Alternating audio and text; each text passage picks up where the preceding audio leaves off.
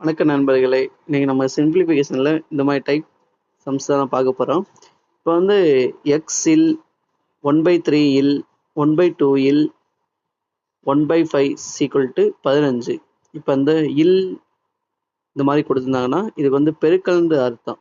இல்னா பெருக்கணும். இது வந்து சிம்பிளிஃபிகேஷனில் ஒரு டைப் மெத்தடில் சம்.